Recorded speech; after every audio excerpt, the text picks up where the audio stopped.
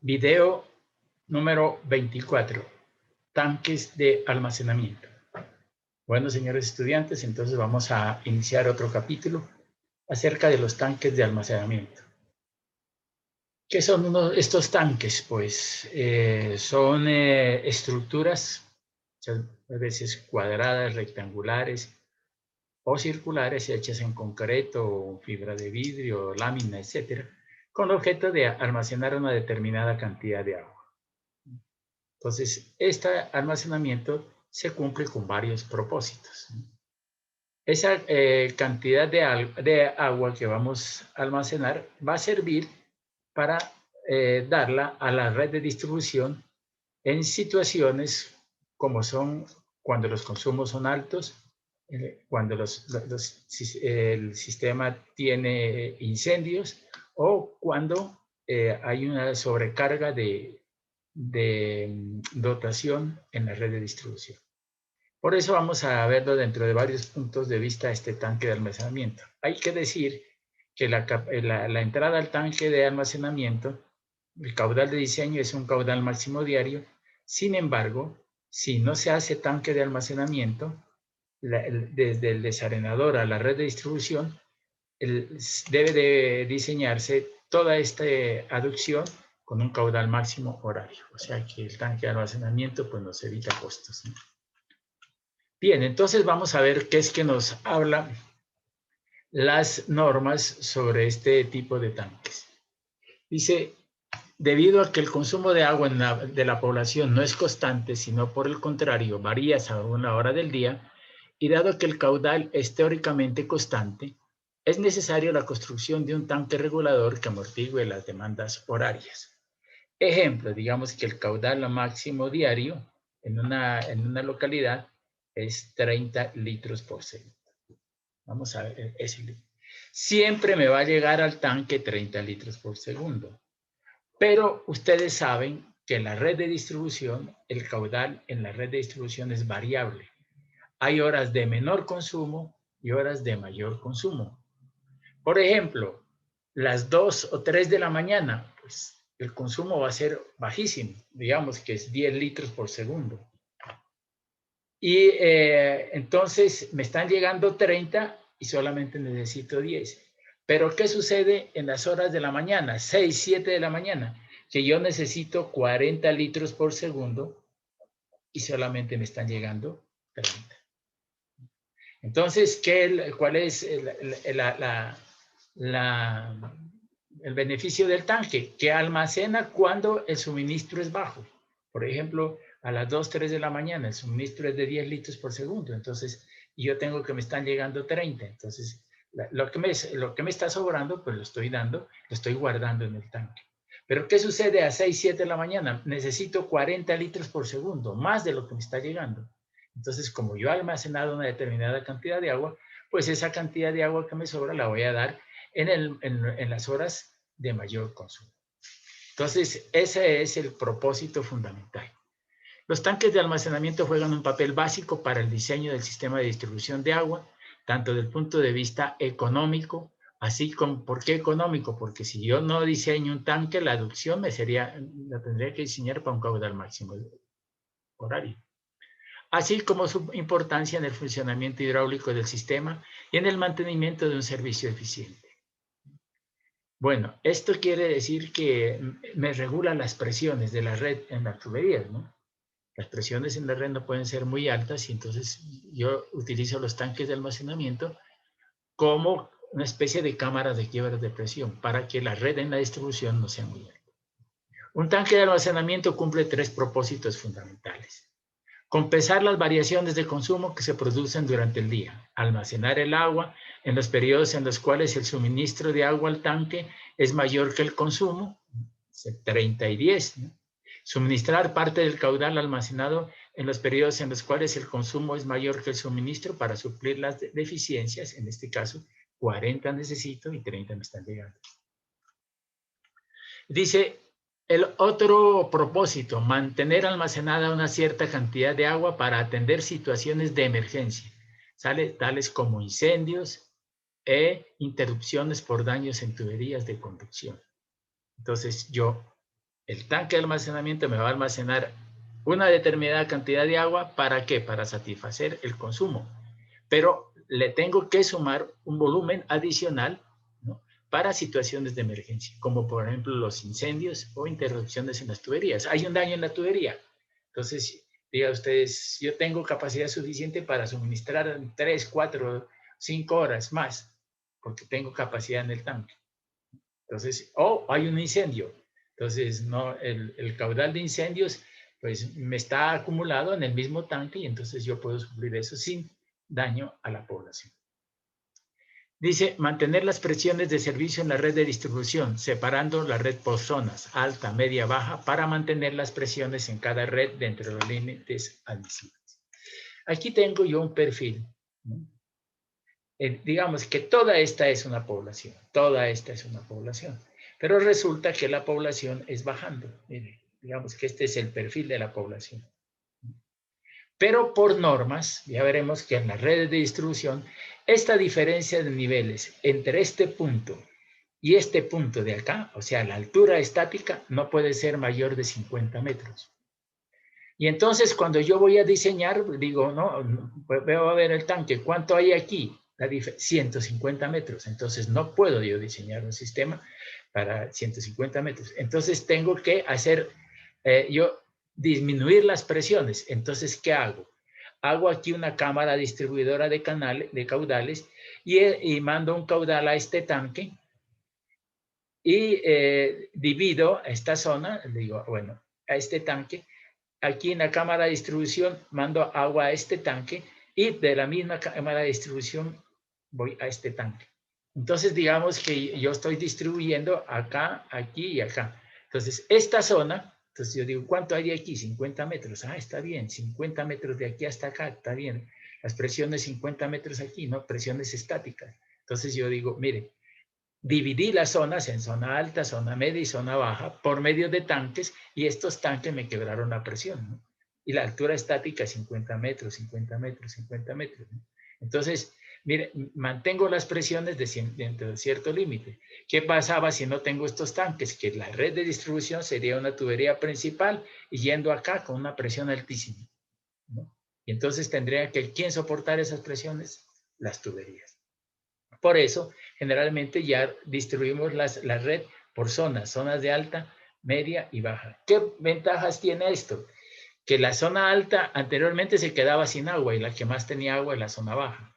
En este caso, pues tiene agua la zona alta porque tiene su propia agua, la zona media que tiene su propia agua y su zona baja que tiene su propia agua y tiene sus propias presiones. O sea que se bifurcan las redes. Esta red no tiene nada, pues sí tiene algo que ver si se las une, pero tiene su propia operación y mantenimiento, está también y está también, ¿no? De redes. Por otra parte, si yo mando un tubo principal por aquí hasta la parte de abajo, pues el tubo es grande. Sin embargo, si yo divido, estos tubos son pequeñitos, ¿no? Los diámetros de las redes de distribución pueden ser pequeños. Por eso, pues es importante los tanques de almacenamiento. Además, el diseñador debe conocer los siguientes puntos en la etapa de conceptualización. Curva de demanda del sistema de distribución, ya la conocemos nosotros, pues aquí, por ejemplo, por aquí tengo una curva de demanda proyectada, bueno, la veremos posteriormente. ¿Qué más? Dice la reserva total necesaria para cada zona de presión. Entonces yo digo, por ejemplo, digo, esta es el total, la población total, y aquí en esta zona va a haber tantos habitantes, en esta zona, y en función del número de habitantes le damos capacidad del tanque, ¿no? La localización en planta, ¿no?, de los tanques, el número de módulos y la definición de las etapas de ejecución. Yo puedo decir, bueno, esto es primera y segunda etapa y después hago la tercera etapa, ¿no? Cota de los niveles de agua, cota de los niveles máximos y mínimos de agua y cota de rebose. El tanque, ¿no?, es importante, tiene dos cotas, ¿no? Cotas de nivel máximo y cotas de nivel mínimo de agua. Un tanque tiene esas dos cotas, ¿no? Me van a servir posteriormente para la etapa de diseño de redes. Tengo que saber cuál es mi cota máxima y mi cota mínima para diseñar con esto las presiones en la red de distribución. Funcionamiento de otros componentes del sistema de abastecimiento, tales como estaciones de bombeo, plantas de tratamiento, redes de distribución y tanques existentes. Entonces, esos son los puntos en la etapa de conceptualización. Estudio de la demanda. El diseñador debe conocer el estudio de la demanda de agua para la localidad o en su defecto debe realizar este estudio siguiendo lo establecido en el literal de dotaciones. Demanda, eso ya lo hicimos. Trazado de la red y delimitaciones de zonas de presión. Debe conocerse las diversas zonas de presión establecidas en la red de distribución, al igual que la presión requerida para cada una de ellas. Debe estudiarse el trazado de la red para asegurar compatibilidad entre los niveles del tanque y la presión en los diferentes puntos. Como yo les decía aquí, ¿no? Entonces yo aquí no puedo hacer una sola red, entonces yo hago 3 redes de presión, ¿no? Para bajarle la presión, y esto hace que esta zona que no tenía agua al principio, pues tenga su propia agua, porque tiene su propio tanque. El otro tanque está alimentado aquí, cada cual pues tenga su propio problema. Trazado de la, bueno, seguridad, pues dice el tanque debe estar localizado en terrenos no susceptibles de deslizamiento e inundaciones. Facilidad de mantenimiento, debe estar provisto de válvulas para el cierre de las tuberías de entrada, de salida, descarga de fondo, rebose y que permitan la reparación de estas de acuerdo cuando el tanque se encuentre lleno de agua. Los dispositivos para el cierre de las tuberías de entrada y salida deben ser instalados dentro de una caja que permita la facilidad de su operación.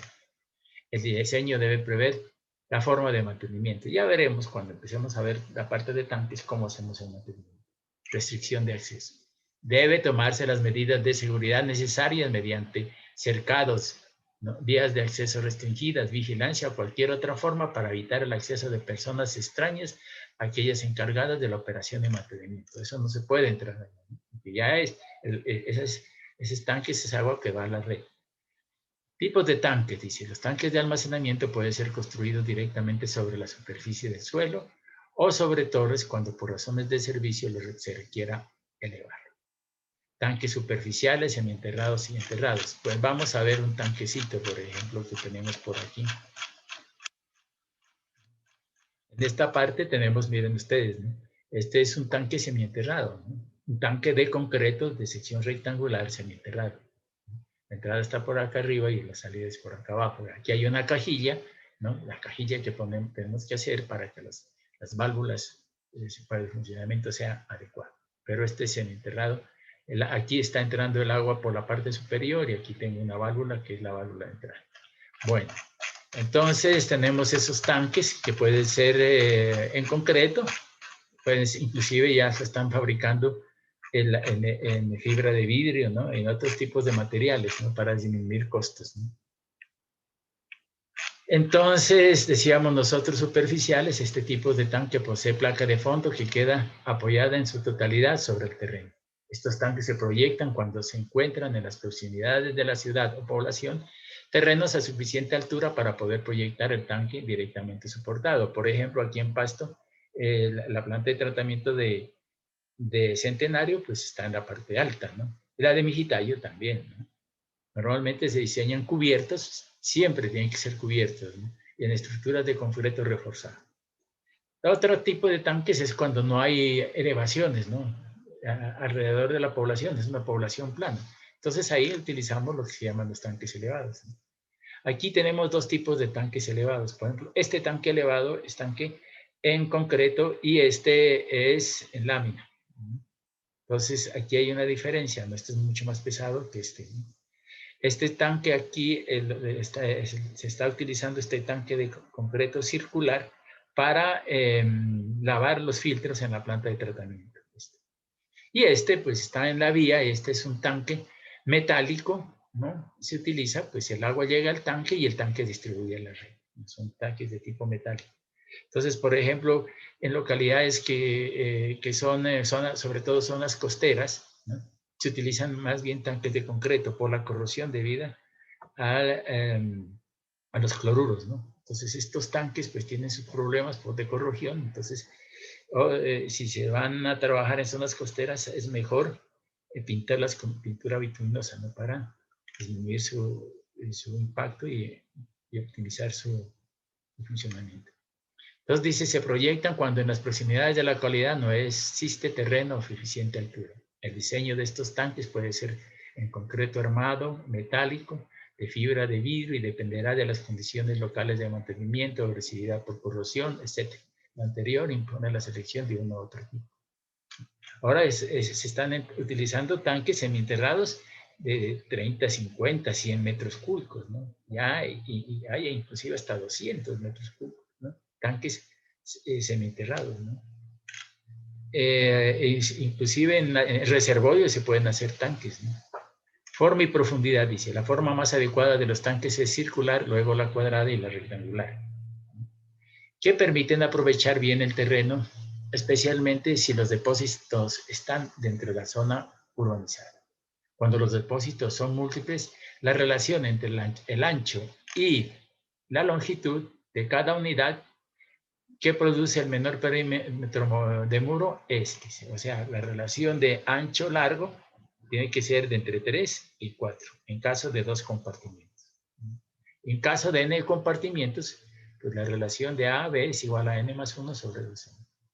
Los tanques pueden ser de un solo compartimiento, 2 compartimientos o 3 compartimentos, ¿no? Depende. Por eso tienen que establecer la relación entre A y B, ancho y largo.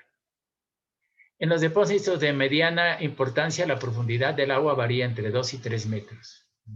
Y en los grandes no conviene pasar de 5 metros porque con la altura aumenta la presión hidrostática y con ella el espesor y refuerzo de las paredes.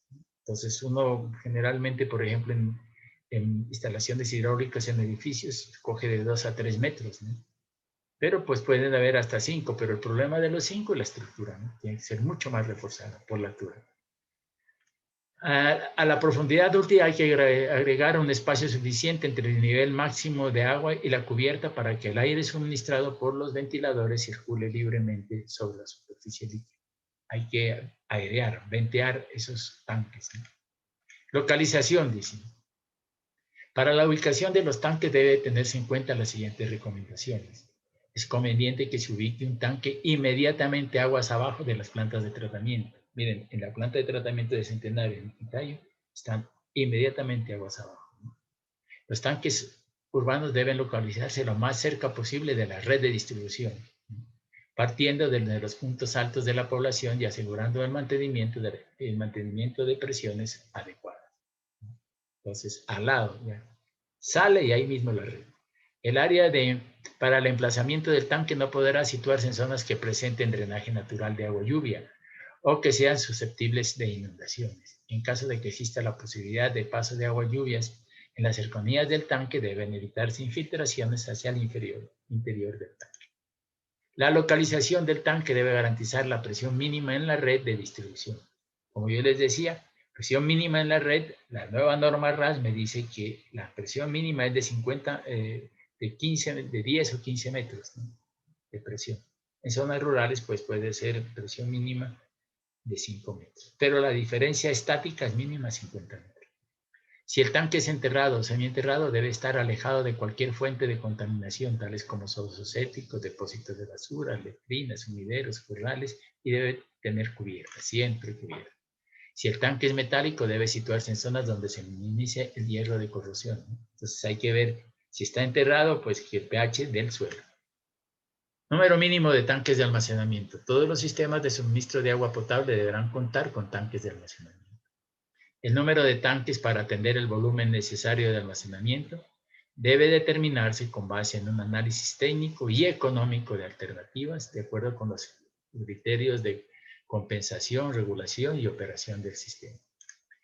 En casos en que se cuente con un tanque de almacenamiento de un solo módulo, la entrada a este debe estar provista de un bypass, o sea, un paso directo, ¿no? Porque ¿qué tal se me daña el tanque?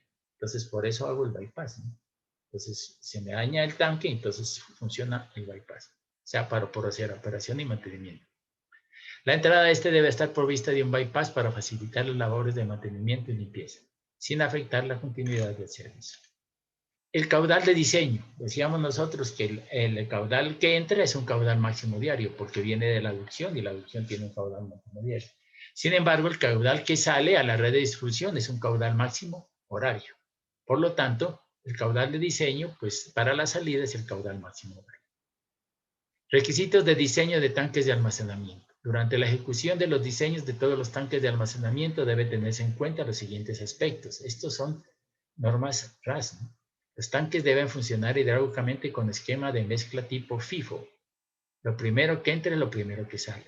Si es necesario, se deben instalar paredes deflectoras u otro tipo de elementos que garanticen la circulación del agua en su interior y eviten zonas muertas. Hay veces que yo entro por una pared y por la misma pared salgo. Entonces, hay una circulación muy pequeñita. Entonces, eso no se permite. Tiene que haber harta circulación para que mueva el agua, ¿no?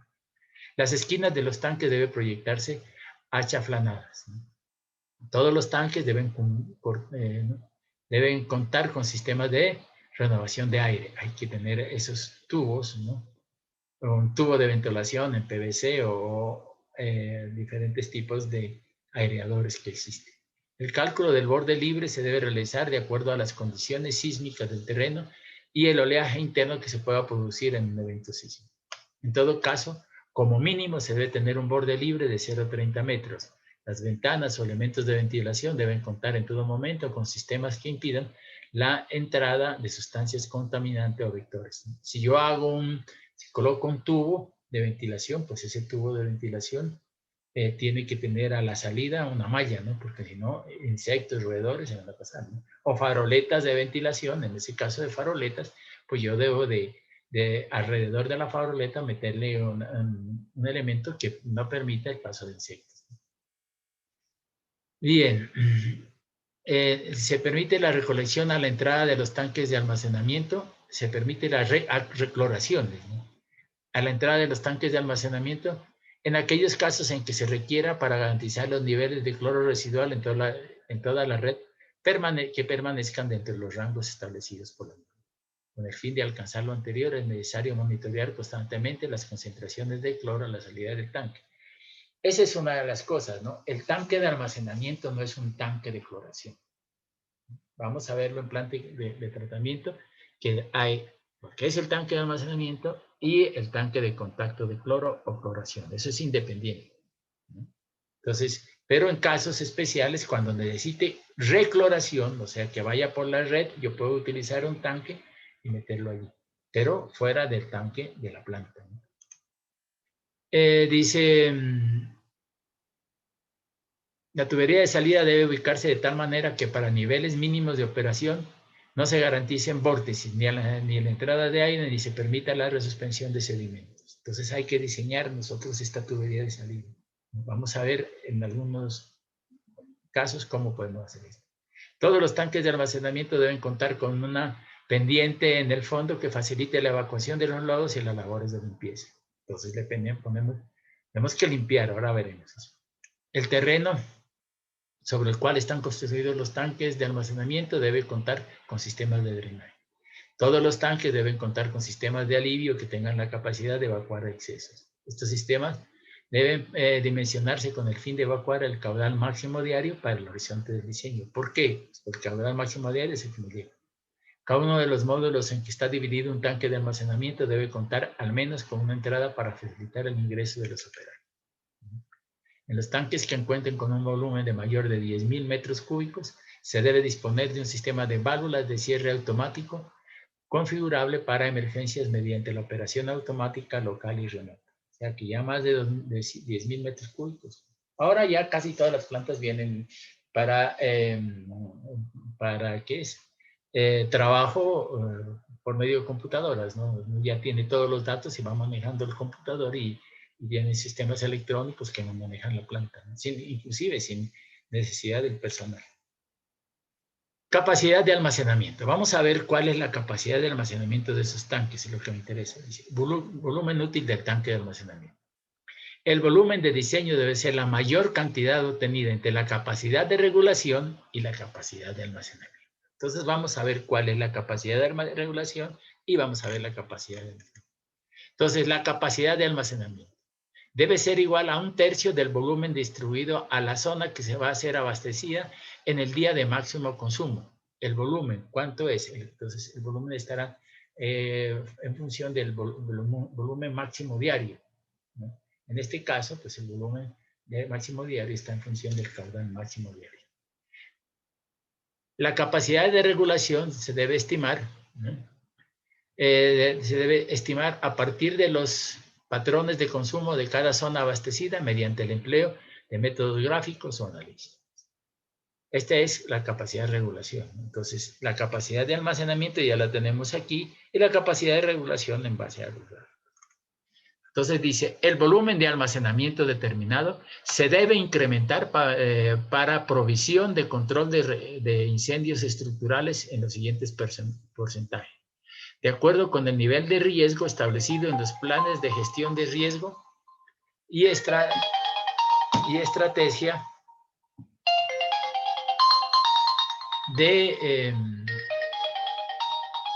de respuesta de la localidad respectiva y en el marco de la Ley 1523 del 2002. Entonces, fíjense ustedes, hay tres tipos de riesgo. Riesgo alto, riesgo medio y riesgo bajo, según la ley, ¿no? Entonces, si el riesgo de la localidad, por ejemplo, es en una localidad con mucha vivienda con industria petroquímica, o qué digo, ¿no? Mucha industria, entonces el riesgo es alto, ¿no? Que sea, por ejemplo, una zona que las viviendas sean de madera, pues el riesgo es alto, ¿no? Entonces dice, el nivel de riesgo se debe construir teniendo en cuenta las categorías del literal tal del título J, requisitos de protección contra incendio en edificaciones, del Reglamento Colombiano de Construcción Sismo Resistente, NSR10. Ustedes tienen que ir allá y de acuerdo a eso, pues cogen el tipo de riesgo y le incrementa el volumen de almacenamiento. Entonces, la capacidad de almacenamiento es igual a 1/3 del volumen y entonces vamos a ver cuál es la capacidad de regulación. Entonces, para la capacidad de regulación tenemos que tener en cuenta la curva de consumos de la localidad. Por ejemplo, yo digo, ¿cómo trabajamos esta curva de consumo? Ya decíamos nosotros, pues cogemos a la salida del tanque y le ponemos un medidor de caudal y vamos midiendo hora tras hora cuál es el consumo. Y entonces vemos que a las 12, 1 de la mañana, los consumos son bajitos, ¿no? Hasta las 2, 3, 4 de la mañana y después van subiendo hasta las 7, 8 de la mañana. Vuelve, hace esto, baja aquí a las 2 o 3 de la tarde y se incrementa a las 7 y baja hasta las 12, ¿no? Mire, entonces, esta es una curva de consumos. ¿Cómo la hacemos? Midiendo. Por eso los tanques, todos tanques, a la salida del tanque tienen que tener un macromedidor. Tenemos que tener un macromedidor para generar esta curva de consumo. Entonces, con esta curva de consumos, la acumulación de la curva de consumos me da esta curva de suministros. Entonces, ¿qué yo hago? Consumo, por ejemplo, en la primera hora fueron, por decir algo, 100 metros cúbicos. En la segunda, 120. Entonces, 100 más 120, 220. En la tercera, 100, 220 más 100, 320. Entonces, esta es una curva de consumos acumulada, ¿no? Mire, entonces, ¿de dónde sale esta curva? Pues sale de esta curva de acá, ¿no? Voy acumulando esta hora, la segunda hora, la primera más la segunda, y esa me da esta curva de consumos. Entonces, veamos a ver qué es lo que pasa. Tenemos esta curva de consumos, que es la curva de consumos de la localidad, y entonces tenemos una curva de aportes. ¿Cuáles son los aportes que hacen al tanque? Pues el caudal máximo diario. Por lo tanto, es un caudal constante y es una línea de este tipo, ¿no? Entonces, esta es una curva de suministros y esta es una curva de consumo. Aquí hay estas B', quedaría esta B', ¿no? Aquí, ¿qué es lo que pasa? El suministro es mayor que el consumo. Estamos suministrando 30 litros y de pronto estamos suministrando 30 litros y estamos consumiendo 10, por ejemplo, ¿no? Lo que decíamos acá. Después aquí el suministro es igual al consumo, o sea, se suministra 30 y se consumen 30. En esta parte de acá, ¿qué estábamos diciendo? No, el consumo es de 40 litros por segundo y el aporte es 30, estos me están faltando. Entonces, ¿cuál es la capacidad de almacenamiento del tanque? Es igual a esta BB' más esta CC'. Si yo sumo estas cantidades aquí, más estas cantidades aquí, me da el volumen de almacenamiento. Entonces, eso es lo que tenemos allí y tenemos un ejemplo de aquí. Por ejemplo, ¿no? Consumo 21 litros por segundo, 75,6. De 1 a 2, 72 litros por segundo. Miren, el volumen acumulado 75,6 más 72, 147. En la tercera hora, 86,4, entonces 147. Y vamos 234. Y vamos haciendo esta curva de consumos. Y esta que es la curva de suministros, que son el caudal máximo diario. Y con esta yo puedo calcular los volúmenes de almacenamiento. Y eso es lo que se hace en estos casos, ¿no? Dice, para poblaciones pequeñas, bueno, ¿qué tendríamos nosotros que muchas veces digo, no, pero si mi tanque de almacenamiento si mi población ni siquiera ha tenido medidores, y entonces, ¿cómo hago? Yo no tengo esa curva de consumo. Entonces, usted lo que puede hacer es buscar una curva de consumo de localidades de similares características a la suya y en base a eso proyectar, ¿no? El volumen del tanque de almacenamiento. Entonces, con las características de esa localidad, similares a las de usted, puede proyectar la curva de consumos y que es la curva de suministros, y luego posteriormente calcular la curva de consumos y determinar los puntos BB' y CC'. Bien, entonces eso es lo que habla en esto, ¿no? Dice, para poblaciones pequeñas, los datos para elaborar las curvas de demanda horarias de cada población no son abastecidas, pueden pertenecer a la localidad de estudio o a una localidad que presente características semejantes en términos de nivel socioeconómico, costumbres y de clima. Para poblaciones grandes debe contarse con curvas de demanda horaria propias de la población, porque es que ya siempre fue después del tanque va un macromedidor. ¿Para qué? Para hacer sus propias curvas de consumo. En cualquier caso, la curva de distribución horaria, figura 8.1, tendrá la siguiente forma. Las unidades de las ordenadas pueden definirse en términos de porcentaje de caudal, medio diario, máximo diario, o pueden darse directamente en unidades de caudal o volumen. Por eso tenemos aquí caudal en litros por segundo y horas. Método de la curva integral, dice. A partir de la distribución horaria, la que tenemos, se define la curva integral teniendo en cuenta los valores del consumo acumulado en un periodo de 24 horas. La curva integral tiene las siguientes características. Es siempre ascendente, ¿no? Miren ustedes la curva integral, ¿no? Esta.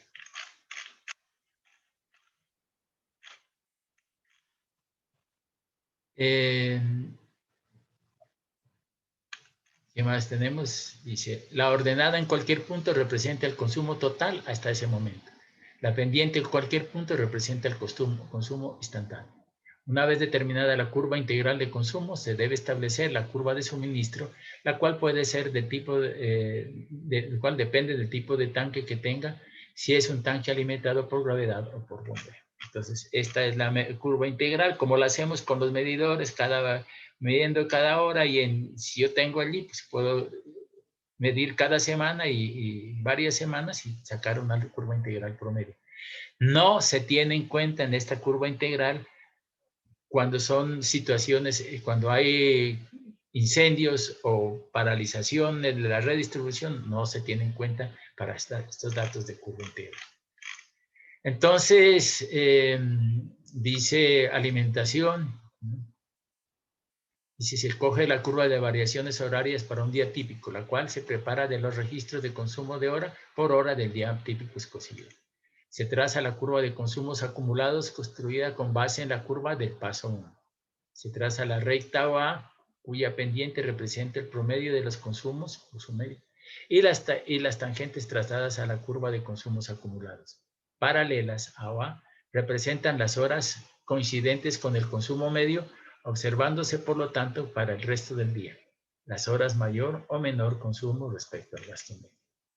Esta situación hace que el tanque reciba estas variaciones y las compensaciones mediante un continuo ascenso y descensos del nivel del agua, dando como resultado la determinación de una capacidad de almacenamiento necesaria para que tales fluctuaciones se satisfagan. Bueno, aquí vemos un ejemplo. Entonces, ¿qué cogemos? Estas curvas, ya las acumulamos. Fíjense ustedes, aquí tengo la tablita, pues tengo el consumo, 20 litros por segundo. Miren, estos son los consumos durante el día. Saco los volúmenes y entonces aquí volúmenes acumulados y con todo esto, pues con todos estos volúmenes me voy y genero esta curva. Y entonces cojo CS' y BB'. La suma de esos dos será la capacidad de almacenamiento del tanque. Bueno, entonces estas son curvas para tanques de alimentación por gravedad, porque hay otras curvas, que esas no las veremos aquí, que son para alimentación por bombeo, ¿no? Esas se las dejo a ustedes para que las estudien y las evalúen cuando van a alimentar un tanque no por gravedad, sino por bombeo. Entonces, bueno, dice, ejemplo, se quiere determinar la capacidad de almacenamiento del tanque de regulación del sistema de abastecimiento de una localidad con población futura, 14.000 habitantes y una dotación por todo concepto de 150 litros habitante día, cuyos del registro del día del máximo consumo son los siguientes. Riesgo medio, establecido en los planes de gestión del riesgo, figura 8.3 y 8.4. Entonces aquí tenemos la curva de consumos acumulados construida en base a la curva de variación, pero nosotros tenemos nuestros datos, nuestros consumos establecidos en ¿por qué? Por macromedición, determinando los volúmenes y los volúmenes acumulados. Entonces tendremos nuestra curva aquí diaria, ¿no? Curva de variaciones horarias y tengo aquí el consumo medio, 24 horas, medio máximo diario y el máximo horario. Entonces, en base a esas curvas, yo en base a esta establezco cuál es aquí decíamos el suministro es mayor que el consumo y aquí el consumo es mayor que el suministro. Entonces tendríamos nosotros que sumar este tramo más este tramo de aquí y me daría esta capacidad. Entonces tendría yo aquí, dice capacidad de almacenamiento 3.000, 2.900 y 2.200, entonces serían 730 metros cúbicos. Esta diferencia me da 700 metros cúbicos. Entonces, de esa manera nosotros calculamos las curvas, ¿no? Y la capacidad de almacenamiento de 2.890 y 2.180, 770 metros cúbicos. Bueno, esto de por bombeo ya lo decíamos nosotros, que eso se los dejo a ustedes. Veamos esta gráfica, pues es importante, ¿no? Mire, estas son dos tanques, tiene un tanque en concreto. ¿Qué tenemos aquí? Mire, está llegando y tenemos dos tanques y aquí tenemos dos válvulas de llegada. Tenemos esta válvula y esta válvula. Entonces, como tenemos dos tanques, si yo no quiero que este tanque trabaje, pues cierro esta válvula, o este trabaje, cierro esta válvula. Normalmente están estas dos abiertas, pero por operación y mantenimiento, si yo quiero hacerle, pues cierro esta válvula y dejo esta válvula abierta.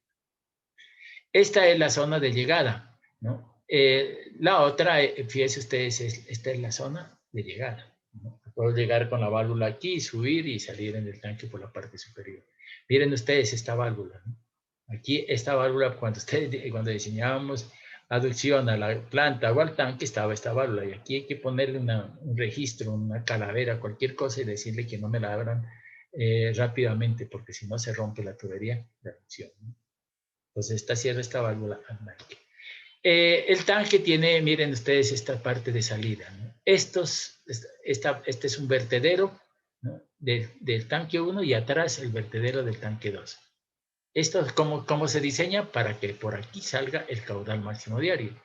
¿Para qué? Para que no se me acumule agua aquí y me vaya a salir por arriba. Entonces tenemos estos vertederos que son vertederos de excesos. Entonces tenemos vertederos de excesos y miren ustedes que este vertedero con este se une aquí en la parte final, ¿no? Entonces aquí viene del tanque 2 y viene con el vertedero de tanque 1, de estos dos, y es el desagüe, ¿no? Y aquí está el desagüe de estos dos vertederos. Bien, entonces aquí tenemos, por ejemplo, estas dos válvulas son del tubo de salida a la población, ¿no? Mire, aquí sale y aquí hay una T y aquí viene el otro y viene una T. O sea que nosotros para funcionamiento normal tenemos abiertos este y este, ¿no? Y abiertos este y este. Pero cuando queremos nosotros operar y mantener, entonces cerramos una de estas dos válvulas.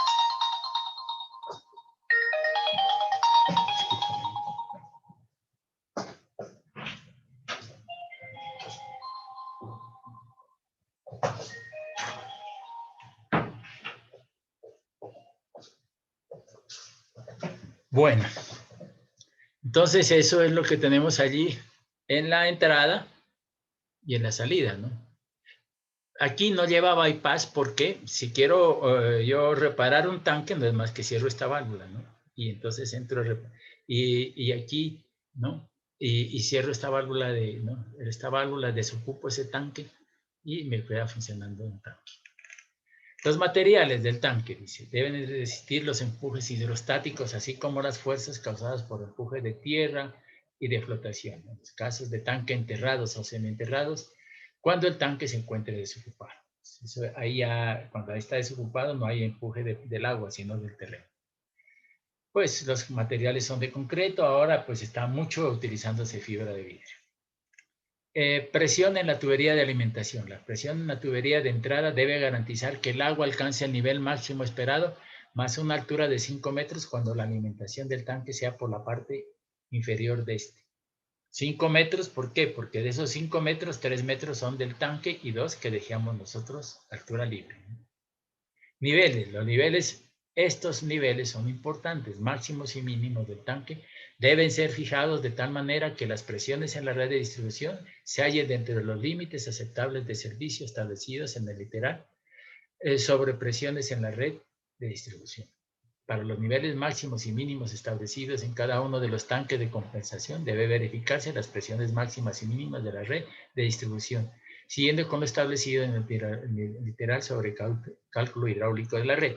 En este cálculo hidráulico de la red ya veremos para qué me sirve el nivel máximo, ¿no? Y para qué me sirve el nivel mínimo. Dice, entrada de agua al tanque, tubería de llegada. El diámetro de la tubería de llegada lo define la línea de aducción y deberá estar previsto de una llave de control antes de la entrada al tanque. Además, debe proveerse de un bypass para atender las situaciones de emergencia. Ahora lo veremos. Cuando se trate de dos celdas, la bifurcación se hará manteniendo el diámetro para ambas derivaciones con su respectiva válvula de control. Entonces, miren ustedes aquí el agua entrando el agua al tanque, ¿no? Miren la entrada, cada una con su válvula, ¿no? Yo cierro aquí o cierro acá. Bueno, aquí hay disposiciones, algunas disposiciones sobre la entrada. Veamos la salida al tanque. Miren, aquí tengo una válvula de compuerta y aquí tiene la salida. O sea, esta es la salida a la red de distribución. Tenemos entonces esta salida, ¿no?, que va a la red, tiene una válvula de compuerta, ¿no?, y esta sale por este lado. Veamos unos tanquecitos para yo de una vez decirles. Por ejemplo, este tanque, ¿no? Mire, el agua está llegando, por aquí tengo una válvula, es un solo tanque, un bypass, entonces aquí tengo una válvula, ¿no?, y la válvula, aquí va, hay una válvula que llega aquí y este es el bypass, la válvula del bypass. Entonces yo quiero funcionamiento normal, cerrado esta válvula, cerrada esta, cerrada la válvula 3 y abierta 1 y 2.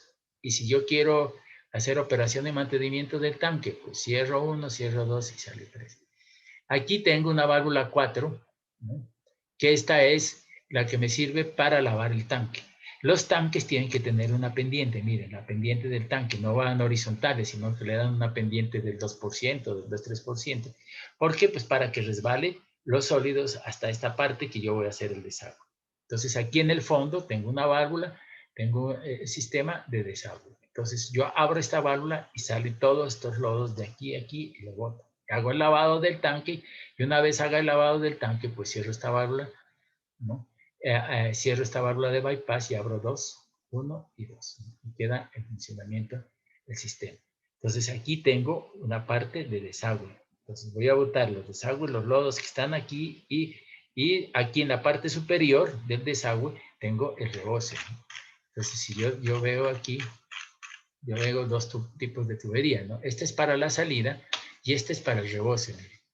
Hago aquí, le hago un hueco aquí o le hago ¿no?, aquí le doy una pendiente a esto y entonces los sólidos con la pendiente que tiene el tanque llegan hasta aquí y aquí tengo una válvula, ¿no?, Y aquí esto sale, y aquí tengo, fíjense ustedes, la tubería de rebose. Diámetro del tubo de rebose que me tienen que evacuar el caudal máximo diario. Y entonces, el desagüe con el rebose van a el río o van ¿qué es?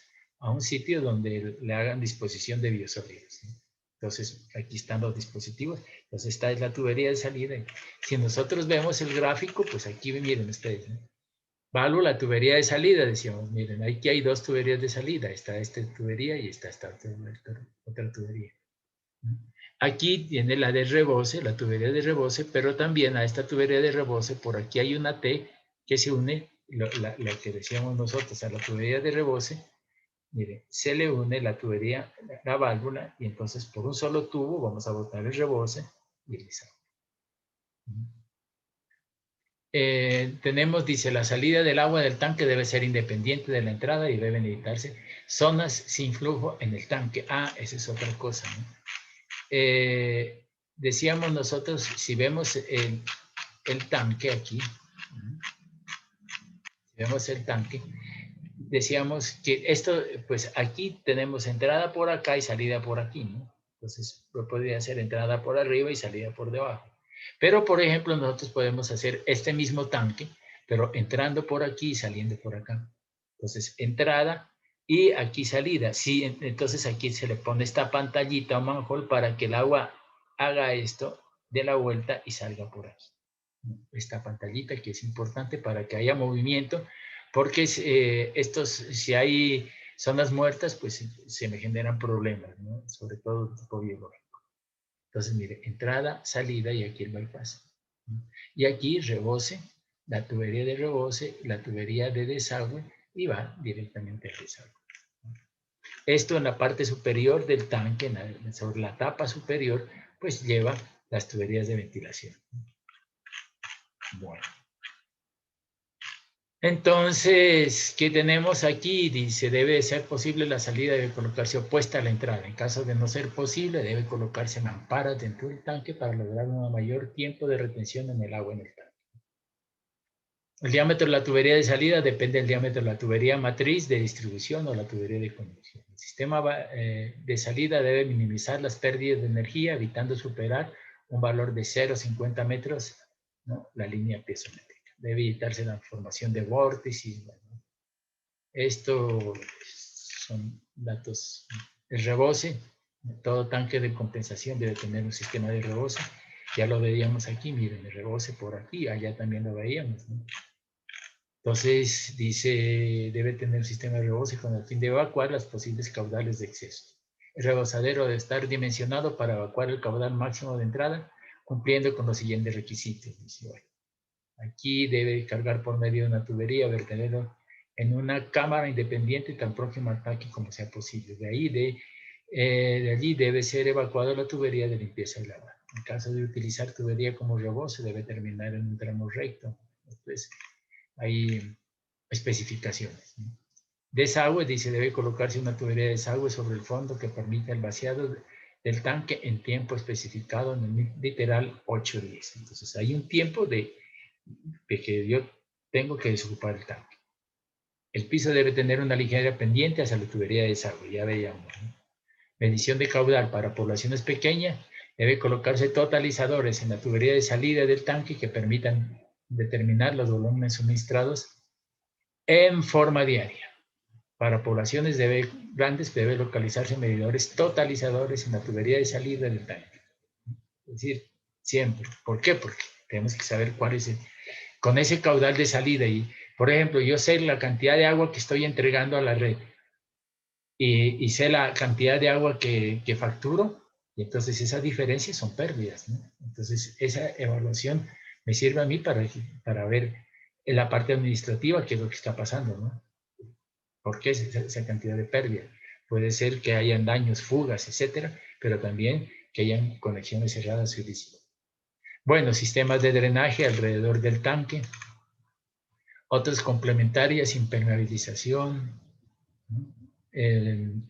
ventilación, dice, debe proveerse de ductos de ventilación que permitan la entrada y salida de aire con una malla de 5 milímetros para evitar la entrada de insectos, eso sí la habíamos visto.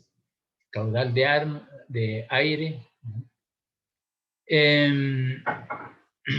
De forma de los ductos, dice, en tanques pequeños de volúmenes menores de 50, se recomienda los ductos sean tubos verticales con 2 codos de 90, un tubo vertical y un tubo en uno, conectados con un niple de manera que forman una curva de 180 grados. En tanques grandes se recomienda utilizar la ventilación con orificios laterales debidamente protegidos. Cubierta, pues también, ¿no? Acceso tiene que tener una tapa de acceso al interior porque vamos a hacer operación de mantenimiento y limpieza.